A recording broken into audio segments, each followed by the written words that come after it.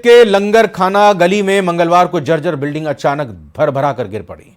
Building गिरने से इलाके में हड़कंप मच गया। सूचना मिलने पर अजमेर रेंज आईजी लता मनोज कुमार, कलेक्टर भारती दीक्षित, एसपी चुनाराम जाट समेत अन्य प्रशासनिक अधिकारी मौके पर पहुंच गए। रेस्क्यू टीम को भी मौके पर बुलाया गया। टीम के द्वारा मौके पर रेस्क्यू जारी है। हालांकि अभी बिल्डिंग के नीचे किसी के दबे होने की सूचना नहीं है। अजमेर में जर्जर बिल्डिंग गिरने के बाद बताया जा रहा है कि दरगाह के पास की ये बिल्डिंग गिरी है। दरगाह क्षेत्र में हड़कंप मच गया। आईजी, कलेक्टर, एसपी मौके पर पहुंचे और रेस्क्यू को वहां पर शुरू करवाया। गेट नंबर 5 के पास ये हादसा हुआ।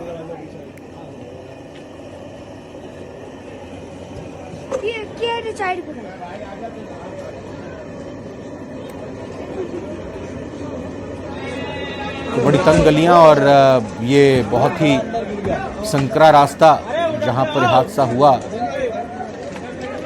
और ये एक जर्जर इमारत थी। इस इमारत को लेकर पहले भी कहा जा रहा था कि इस इमारत को यहाँ से हटाया जाए पहले, लेकिन इस पर किसी ने अमल नहीं किया और आज ये एक तरह से कहें कि भर भरा कर खुद ही ये जर्जर इमारत गिर गई। बस अच्छा तो यही रहा कि इस इमारत की चपेट में कोई व्यक्ति नहीं आया, इस इमारत के मलबे में कोई नीचे नहीं दबा, नहीं तो आप अंदाज़ा लगा सकते हैं कि कितना बड़ा यह हादसा हो सकता था। बिल्कुल दिन का टाइम था, लगातार आवाजाही यहाँ पर लोगों की हो रही थी।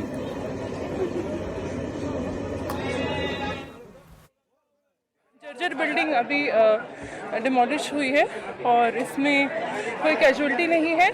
फॉर्चुनेटली कोई भी व्यक्ति वहाँ ट्रैप नहीं है और ये बिल्डिंग पहले बिल्डिंग के आसपास की जो जगह थी वो खाली करा दी गई थी, तो किसी भी तरह की कैजुअलिटी या किसी को चोट भी नहीं आई है। हादसा हुआ उस समय कोई मौजूद था क्या बिल्डिंग के अंदर मैडम? नहीं, बिल्डिंग के अंदर कोई भी नहीं था। हमने पूरा ऊपर से नीचे तक चेक कर लिया है, यहाँ पे कोई भी नहीं था। ये बिल्डिंग पहले से अबैंडन्ड थी, इसकी हमने चेकिंग भी कर ली थी और इसमें एक एक डिस्ट्रिक्ट कोर्ट का स्टे था जिसकी वजह से इसको डिमोलिशन नहीं किया जा रहा था और इस बिल्डिंग को पहले से ही खाली करवा दिया गया था एहतियाती तौर पर।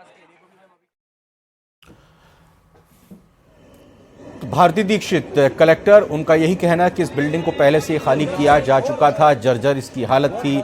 ये भी जानकारी उनकी तरफ से दी गई कि किसी को कोई चोट नहीं आई है, ना ही बिल्डिंग के इस इमारत के मलबे में कोई नीचे दबा है। राहत की बात यही रही और कोशिश अब प्रशासन की यही है कि इस मलबे को यहाँ से हटाया जाए और मलबे को हटाने के साथ साथ पूरे इलाके को साफ़ किया जाए। और फिर ये भी बात कही गई प्रशासन की तरफ से कि जो बाकी और इमारतें हैं उनको भी जांचा परखा जाएगा। अगर इस तरह की कोई और जर्जर इमारत पाई जाती है तो उस पर कार्रवाई होगी। निगम आयुक्त ने क्या कहा है इस घटना पर, वो सुनाते हैं। जो मलबा हटाने का काम है वो चल रहा है। उसके हटाने के बाद जो कागज की जो कार्रवाई, जो पेपर, जो डॉक्यूमेंटेशन है वो बाद में देखा जाएगा। पहला और राहत कार्य प्रायोरिटी। Thank you. से राहत कार्य, क्योंकि काफी तंग गलियां हैं, राहत कार्य किस तरह से होगा? देखिए, काफी मुश्किल कार्य है यहाँ पर, जिस हिसाब से बहुत सकड़ी गलियां हैं, तो यहाँ पर जो गधों की मदद लेकर के और जो मैनुअल लेबर है उसको लगा करके यहाँ से जो मलबा है वो हटाया जा रहा है। यहाँ पर लगभग 2 सिलेंडर थे जो मलबे के अंदर दबे हुए थे, जिससे गैस भी लीक हो रही थी, जिसको निकाला जा चुका है। और वो जो प्राइमरी जो कहीं ना कहीं कोई समस्या हो सकती थी उसको एक बार के लिए हटा दिया गया है। बाकी जो काम है, जो मलबा हटाने का और जो काम है वो चल रहा है। Thank you.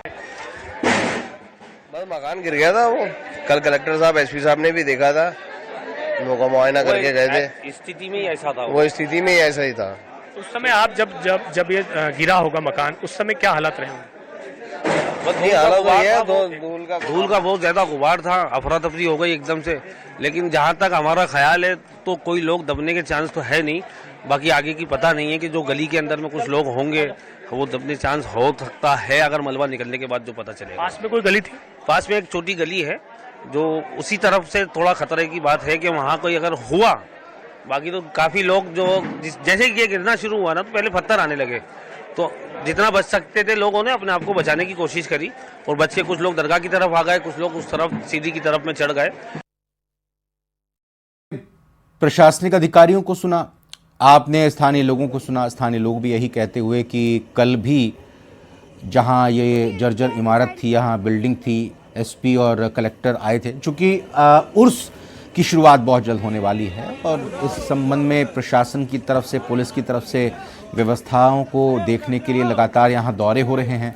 और इसी कड़ी में कल एक बार पहले भी बताया जा रहा है कि न सिर्फ एसपी बल्कि कलेक्टर भी यहाँ पहुँचे थे और उन्होंने इस बिल्डिंग को देखकर यही कहा था कि इस बिल्डिंग, ये जो जर्जर बिल्डिंग है, इस पर आखिर अभी तक क्यों कुछ कार्रवाई नहीं हुई। और जब नगर निगम के आयुक्त से सवाल किया गया कि क्या इसके पेपर सही थे और इस बिल्डिंग को हटाने की जब बात कही गई थी तो इस पर कार्रवाई क्यों नहीं हुई थी या क्यों नहीं इस बिल्डिंग के मालिक ने इसको हटाया था, क्या इस तरह के हादसे का इंतज़ार कर रहे थे, तो नगर निगम आयुक्त का यही कहना था, यही सफाई उन्होंने दी कि पहला तो काम यही है, प्राथमिकता यही है कि इस बिल्डिंग के मलबे को हटाया जाए, ये सुनिश्चित किया जाए। हालांकि उन्होंने ये आश्वासन भी दिया कि कोई इस बिल्डिंग के नीचे तो नहीं दबा हुआ है, कोई जनहानि नहीं हुई है, लेकिन आज पहले प्राथमिकता यही है कि इस बिल्डिंग के मलबे को, इस इमारत के तमाम मलबे को यहाँ से क्लियर किया जाए। उसके बाद फिर जाकर देखा जाएगा कि किसकी गलती, किसकी लापरवाही, किसकी कमी रही है जिस वजह से इस जर्जर इमारत के ऊपर कोई कार्रवाई नहीं की जा सकी।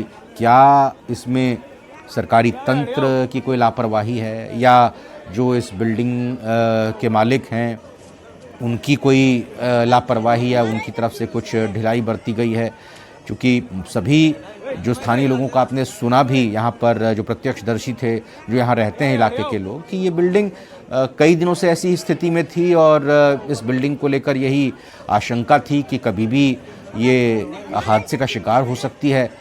बहरहाल लोग अपनी दिनचर्या तो इसी बिल्डिंग के आसपास कर रहे थे और चूँकि जैसा यहाँ हमने आपको इससे पहले दिखाया और बताया भी था कि इस बिल्डिंग के गिरने के बाद चूँकि जो 2 दुकानों पर चाय की वहाँ पर थड़ी लगती थी, जब आवाज़ ज़ोर से आई तो चाय की दुकान पर मौजूद ग्राहक और चाय दुकानदार वहाँ से भाग गए।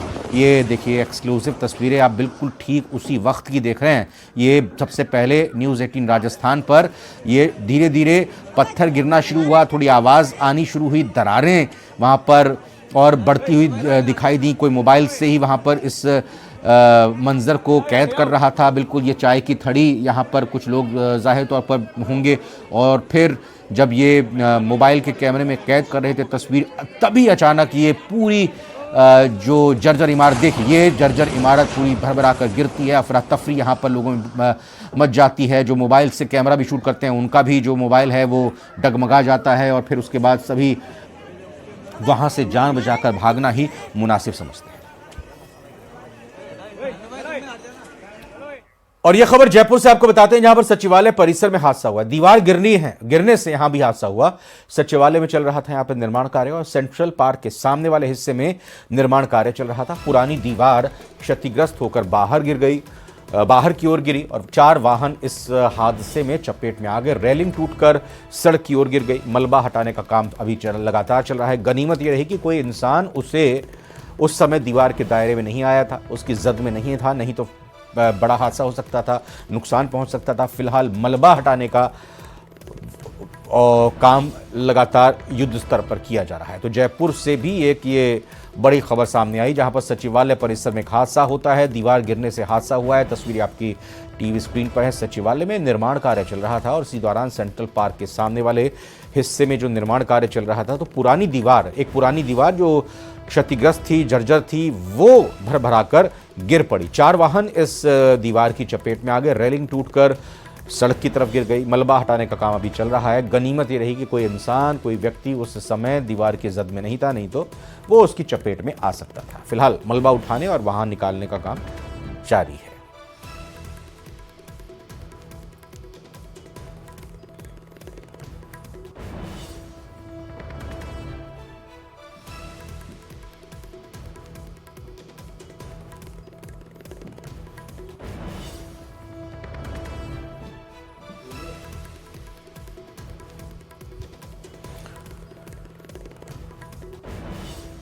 तो जयपुर की खबर, जयपुर की तस्वीरें इस वक्त आपकी टीवी स्क्रीन पर हैं जहां पर सचिवालय परिसर में हादसा हुआ है और दीवार गिरने से हादसा हुआ है।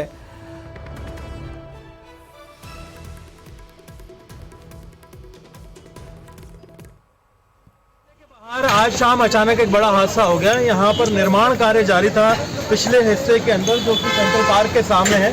अचानक ये दीवार जो कि सचिवालय के पीछे की तरफ थी भरभरा करके गिर गई और 3 वाहन इसके चपेट में आ गए। आप देख सकते हैं कि पत्थर निकालने का काम अभी भी जारी है, मजदूर कोशिश कर रहे हैं कि ये 2, 3 और 4 व्हीकल को संभाला जाए। अच्छी बात ये रही कि जिस वक्त ये हादसा हुआ है दीवार भरभरा कर नीचे गिरी, उस वक्त कोई इंसान इसके आसपास नहीं था और उसको नुकसान या चोट नहीं आई। फिलहाल यहाँ पर गाड़ियों को निकालने का काम और सफाई करने का काम जारी है, लेकिन इन तमाम चीज़ों को देखते हुए यहाँ ये ध्यान रखना ज़रूरी है कि ऐसी पुरानी बिल्डिंग का काम जब किया जाए तो किसी जिम्मेदार आदमी से उसका मुआयना और इंस्पेक्शन कराया जाए ताकि इस तरह के हादसों को टाला जा सके। अरबाज अहमद, न्यूज़ 18 के लिए, जयपुर से। एक और बड़ी खबर जयपुर से बताते हैं आपको, जहां पर गैस पाइपलाइन में लीकेज हो गई। मुहाना थाना इलाके में ये गैस लीक हुई है। सिंघानिया सर्कल पर यह हादसा हुआ। पानी की पाइपलाइन डालने के दौरान एक गैस पाइपलाइन टूट गई। सूचना पर पुलिस मौके के लिए रवाना हो गई है। दमकल, एम्बुलेंस और सिविल डिफेंस की टीम भी रवाना हो गई है। लोगों को सांस लेने में काफ़ी परेशानी इस दौरान हुई। हालांकि जब सिविल डिफेंस की टीम वहां पर पहुंची तो मरम्मत का काम चालू हो गया। न्यूज़ 18 की टीम ग्राउंड जीरो पर पहुंचकर जायज़ा लेने गई। वहां बात की सिविल डिफेंस की टीम से, कहा कि कैसे यह हादसा हुआ।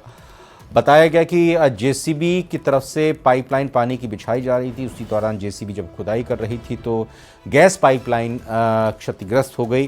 तुरंत गैस की सप्लाई जहां से हो रही थी वहां पर कंट्रोल रूम में सूचना दी गई। गैस की पाइपलाइन को रोका गया और फिर मरम्मत का काम किया गया।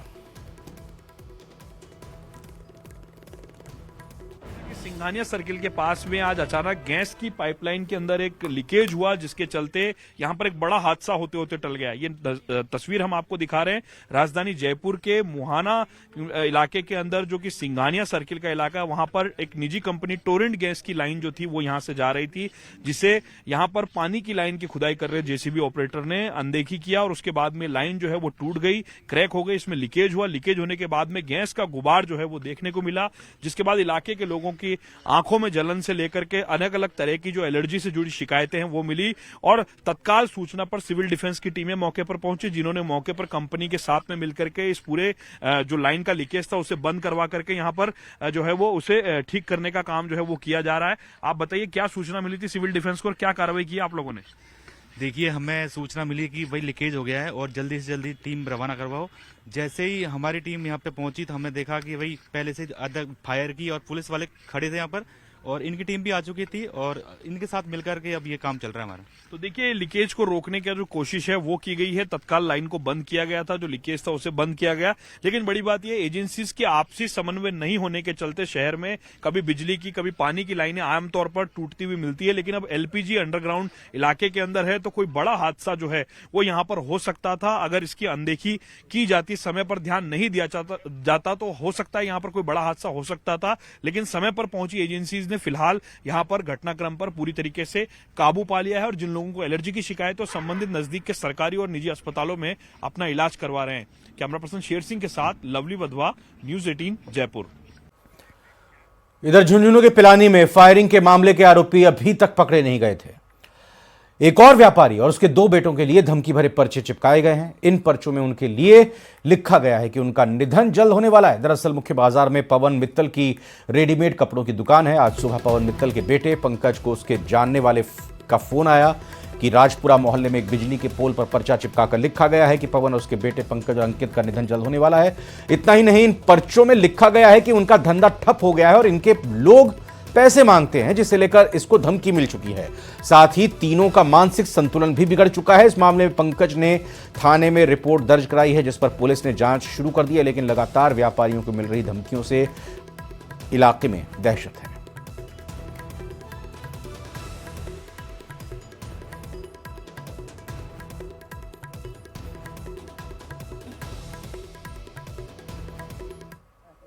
शॉप पे टोट के टुंडर भी हो रहे थे और अब जगह जगह पर्चे छपे हुए हैं जिसमें हमारी मृत्यु के बारे में भी लिखा हुआ है। हमारे लोग रुपए मांगते हैं इस चीज के लिए भी लिखा हुआ है और जगह जगह पर्चे छप रहे हैं। हमारे तीनों बाप बेटे उनके बारे में हर कुछ लिखा हुआ है। लोग हमारे रुपए मांगते हैं, इनकी मानसिक संतुलन खराब है, व्यापार से संबंधित लिखा हुआ है, इनका व्यापार में नुकसान लगा हुआ है।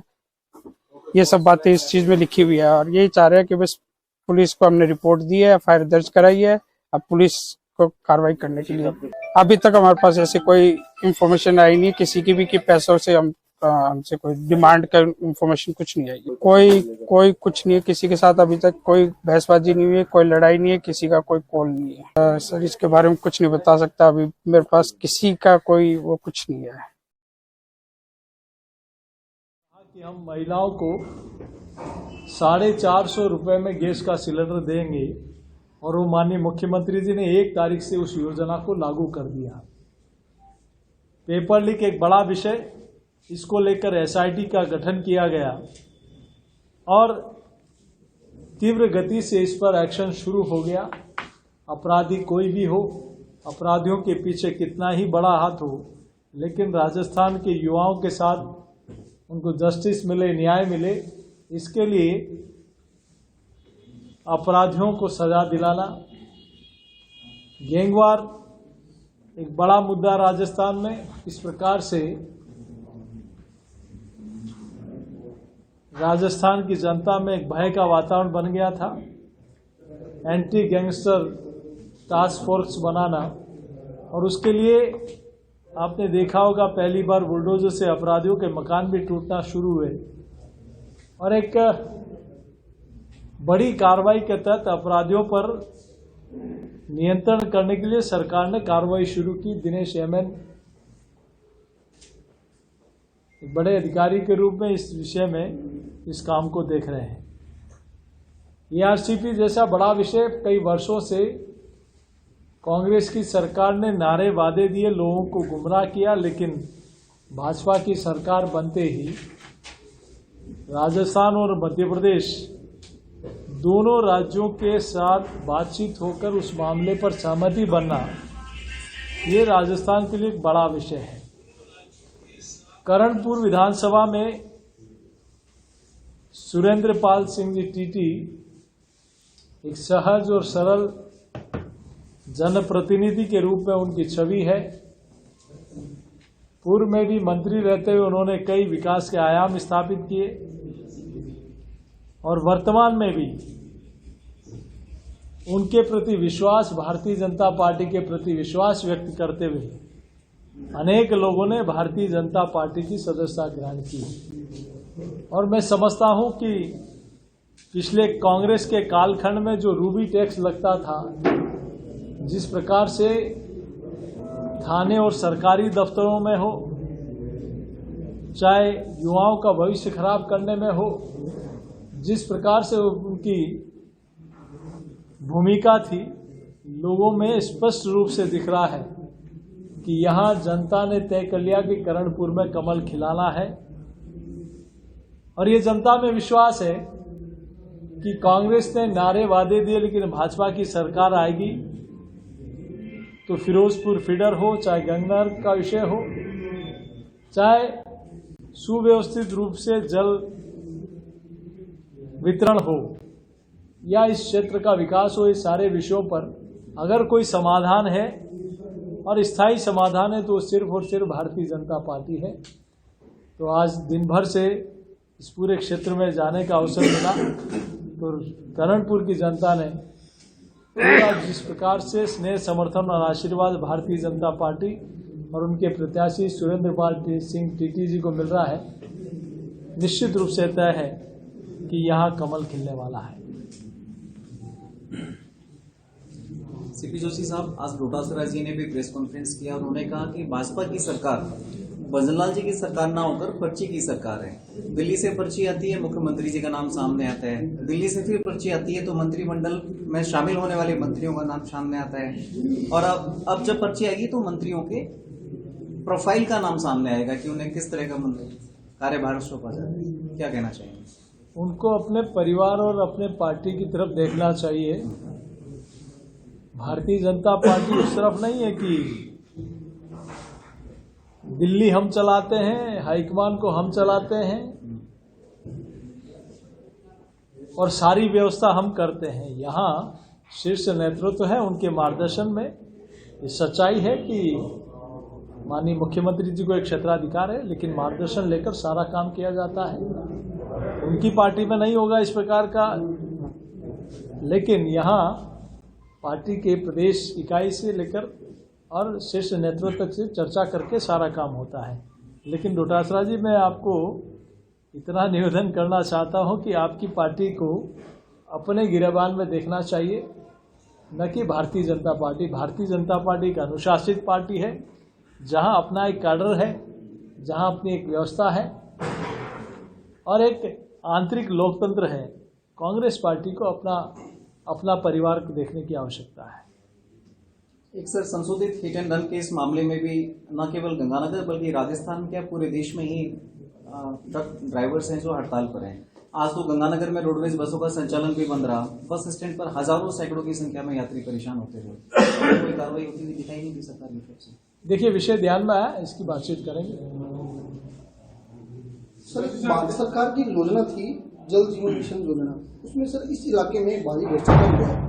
जैसे कि सरकार की योजना थी कि नल का जो स्टैंड है वो बिल्कुल निःशुल्क मिलेगा, लेकिन गाँवों से वस्ट अपने जो पीएचडी विभाग के जो ठेकेदार हैं उनके द्वारा 900-1000। बीजेपी प्रदेश अध्यक्ष प्रेस कॉन्फ्रेंस चल रही है यहाँ पर।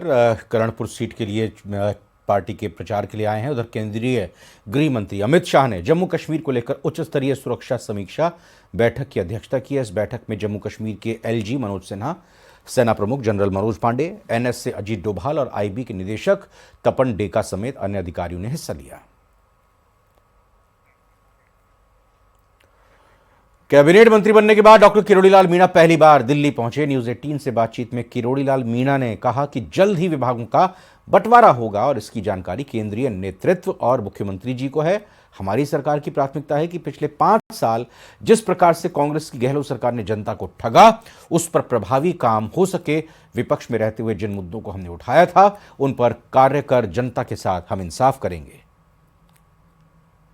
कैबिनेट मंत्री पद की शपथ लेने के बाद दिल्ली दौरे पर आए किरोड़ीलाल मीणा इस वक्त मेरे साथ एक्सक्लूसिव बातचीत के लिए मौजूद हैं। किरोड़ीलाल जी, राजस्थान में कैबिनेट मंत्री की पद की शपथ आपने ले ली है, लेकिन विभागों का बंटवारा अब तक नहीं हुआ है। कब तक विभाग बढ़ जाएंगे? ये जानकारी मुझे नहीं है। केंद्रीय नेतृत्व के निर्देश पर माननीय मुख्यमंत्री जी शीघ्र ही घोषणा करेंगे, ऐसा लगता है। काफी लंबा अनुभव है राजस्थान में, सत्ता में रहने का भी, विपक्ष में रहने का भी। इस बार कैबिनेट मंत्री बनने जा रहे हैं। पिछले 5 साल हमने देखा आप लगातार आंदोलनरत थे। किस प्रकार का मिजाज अब रहने वाला है आंदोलन करने वाले किरोड़ीलाल मीणा जी का मंत्री बनने के बाद? 2003 में मैं आंदोलन तो जब से राजनीति में पैर रखा है तब से कर रहा हूँ। जनता की समस्याओं को लिए सतत जनसंघर्ष किया है। 2003 में मैं पहली बार कैबिनेट मंत्री बना था। अब 20 साल बाद पुनः मौका मिला है। तो जैसे 2003 में कैबिनेट में सक्रिय होकर सेवाएं प्रदान की राजस्थान को, वैसी सेवाएं जनता को अब देंगे। पिछले 5 साल हमने देखा कि आपने सभी की मदद करने के लिए सड़कों पर लड़ाई लड़ी। अब चूंकि आप मंत्री हैं, क्या आम जनता को न्याय दिलवाने के लिए उनके बीच अब भी जाएंगे? उनसे संवाद किस प्रकार का रहेगा? सुगमता किस प्रकार की रहेगी? जनता के बीच में सदा बने रहने की प्रवृत्ति है। मैक्सिमम कनेक्टिविटी मंत्री रहती है। और इसी के साथ फिलहाल बुलेटिन में अभी इतना ही। आप बने रहिए न्यूज 18 राजस्थान के साथ।